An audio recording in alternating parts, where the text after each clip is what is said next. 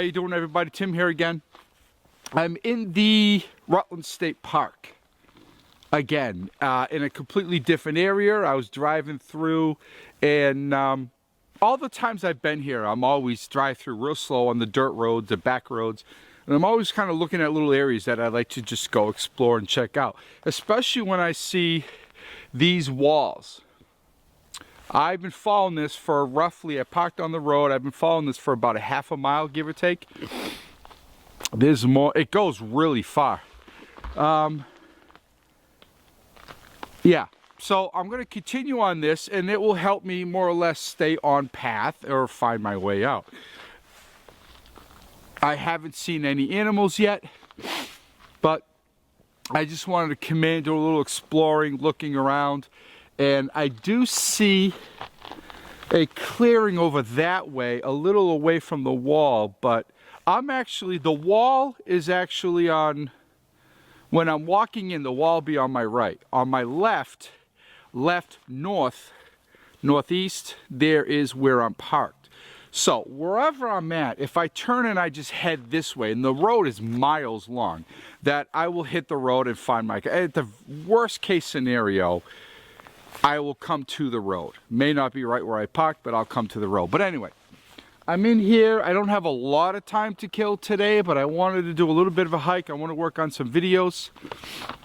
And yeah, so I'm going to find a spot and let's work on a video or two.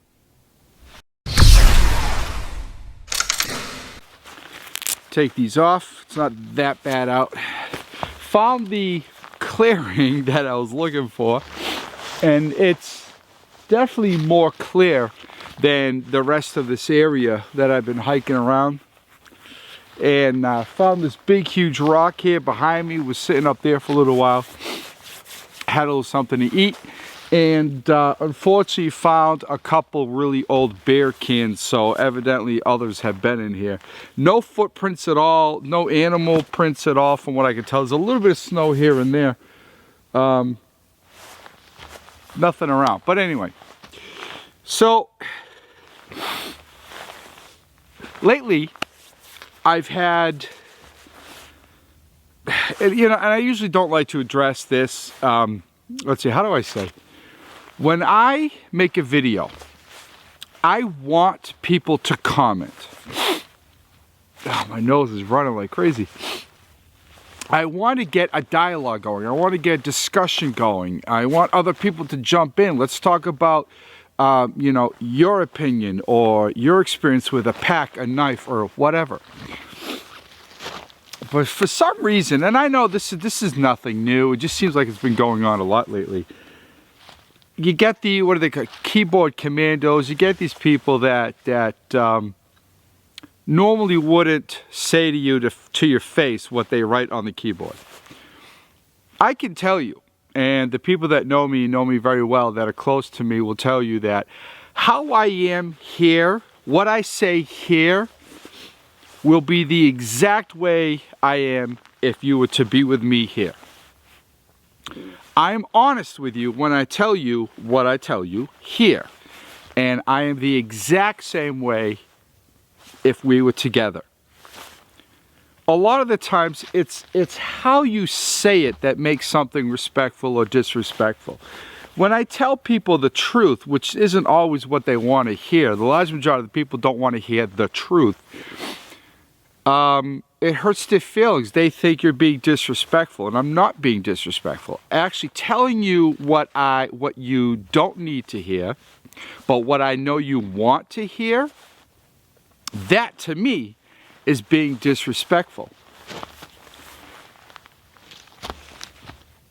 I've had quite a few people, I have quite a bit of experience with the 511 Rush packs. And I mean, I've been hiking for about 2 hours now.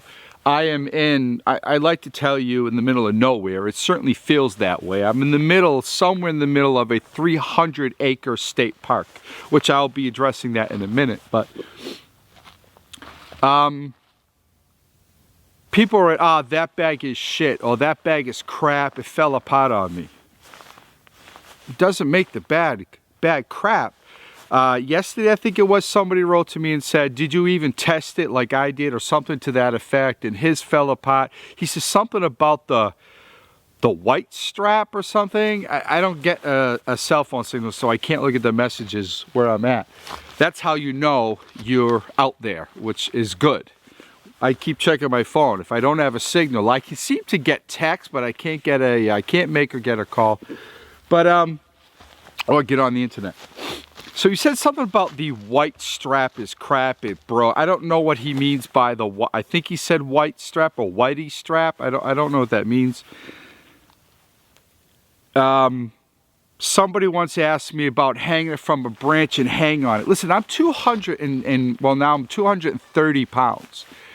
I don't believe this bag, one strap is designed to hold 230 pounds. You have to know about backpacks. Think about the way they're designed. There's a reason why it has two straps. There's a reason why it has this strap. There's a reason why, although I don't use it because of gun belt and spare magazines and a knife, but there's a reason why it has a waist strap. All those work together. So someone that told me a while ago about hanging from a strap, and yeah, it's gonna rip.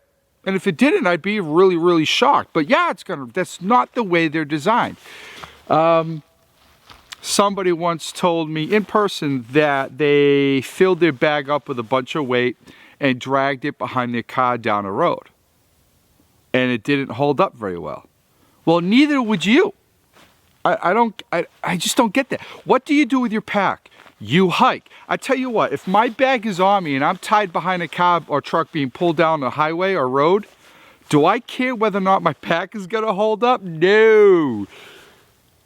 If I'm behind a car being dragged down the road, I don't give a shit about my pack. Something happened. Something badly happened. I failed somewhere to get tied up and brought down a road behind a car. Anyway.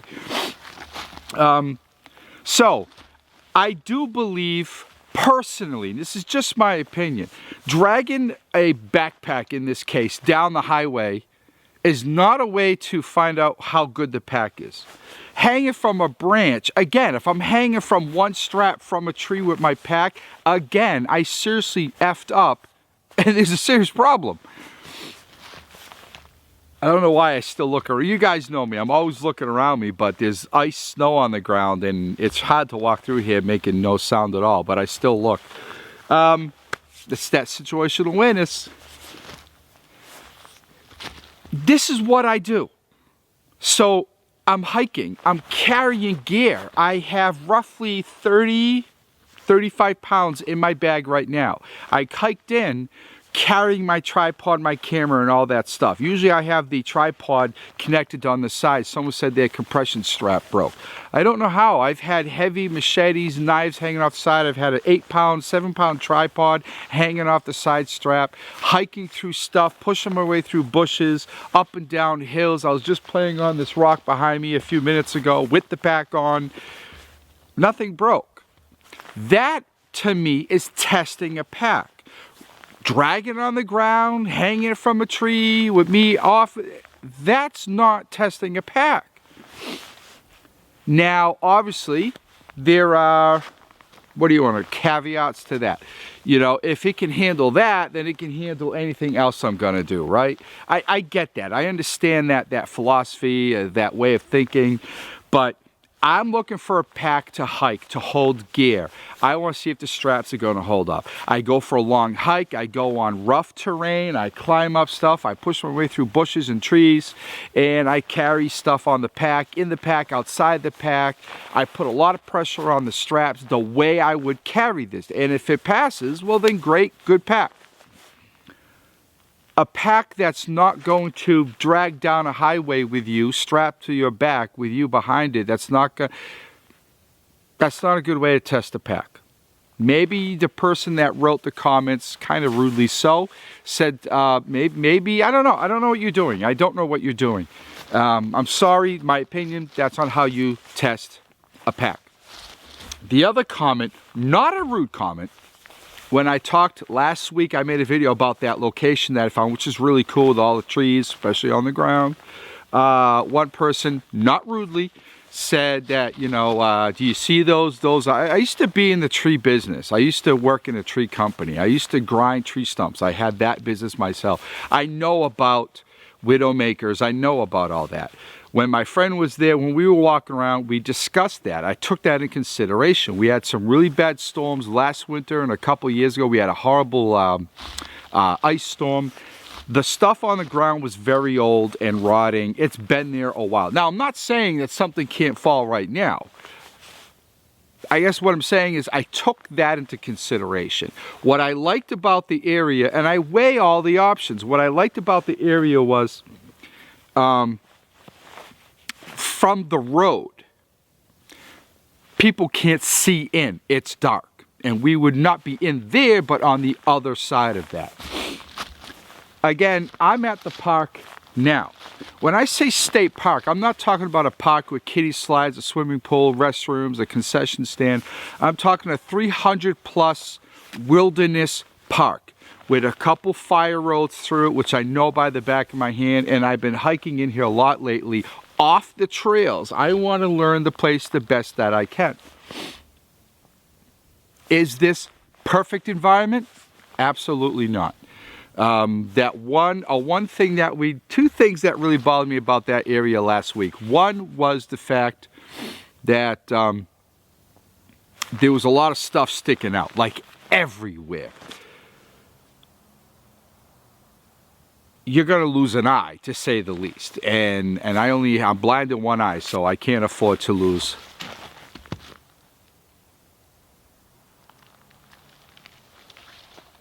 I hear footsteps.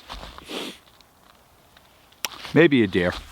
So that location I was talking about kind of got some benefits, but it also has a downside. The things sticking out, possibly falling branches and or trees.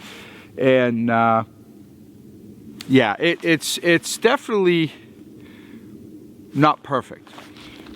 If you go on Google.com, go on Maps, look at Rutland State Park, and look at the Rutland State Park, and then look at all of Rutland, Massachusetts. It's all green. It's all woods.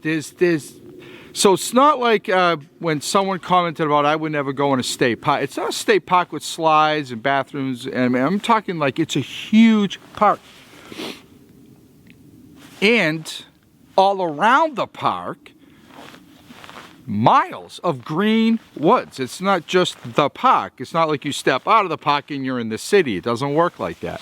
Also, I already have half a dozen or a dozen places I can literally step out of my front or back door and head down any trail if I can't take my car, which you probably won't be able to, and places that I can go. There are places I can go right near my house and deep in the woods. If you look at Hubbardston, Massachusetts, Hubbardston, Massachusetts, again, look at all green. Ooh. Some bear tracks. Oh yeah, pretty big bear tracks. Well, leaving the spot I've been at, so you know, I was thinking the person that wrote to me last night or this morning about the 511 pack, the straps are crap, and so on, and he wrote, did you really test the pack? And something like that. Yes, I tested the pack. This is testing the pack.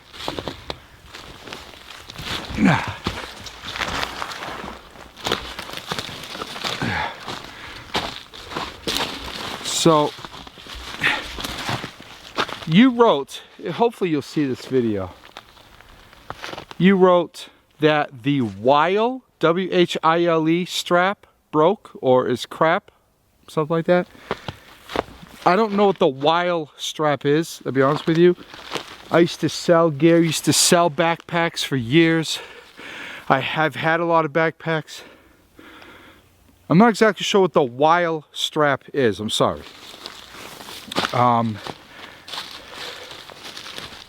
I'm not sure if you meant to write waist strap and autocorrect put while strap.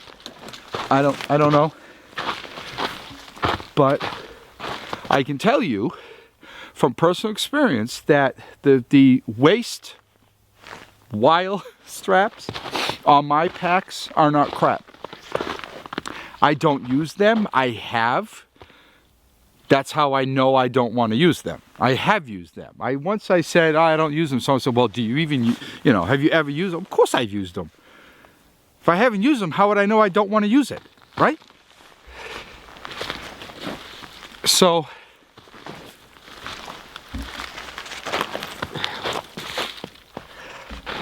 yes, I've used the waist strap, if that's what you meant. I don't like the waist strap, if that's what you meant, because I carry a handgun, other items, spare magazines. Huh, would you look at this?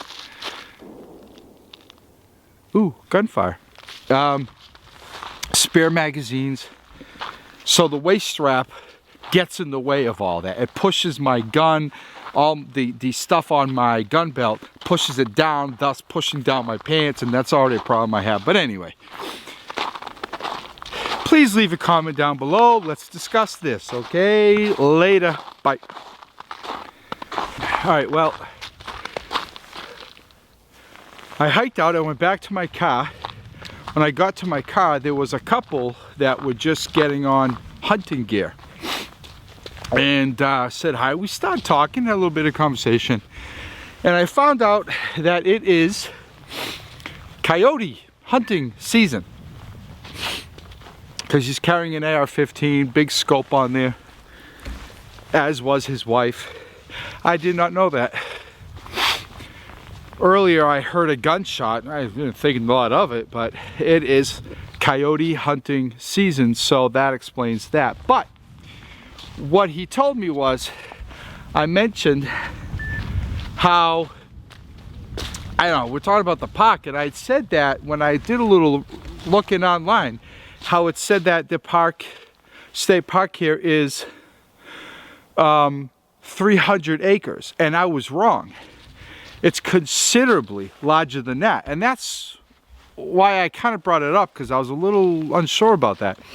He said the actual, there's a park, there's a pond with picnic tables, bathrooms, and like a ranger hut house. Just that park right there is 300 acres.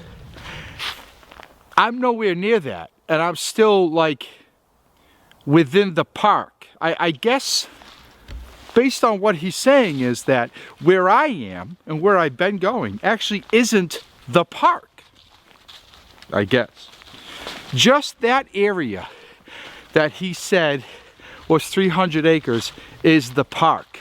All this, although is like abuts and part of the park and still state owned, actually is considerably bigger than 300 acres. So I just want to come back and say that I was wrong. It's much bigger than 300 acres. Much bigger. And that makes more sense. He also told me about a place down here, this long trail, I don't know how long, but it comes out to a lake, a pond, with some rocks. And it's a great place. There's always deer, a very good place to see deer. I'm not sure, they walked off. I'm not exactly sure how far it goes. I'm gonna hike a while and maybe I'll turn around, maybe I won't.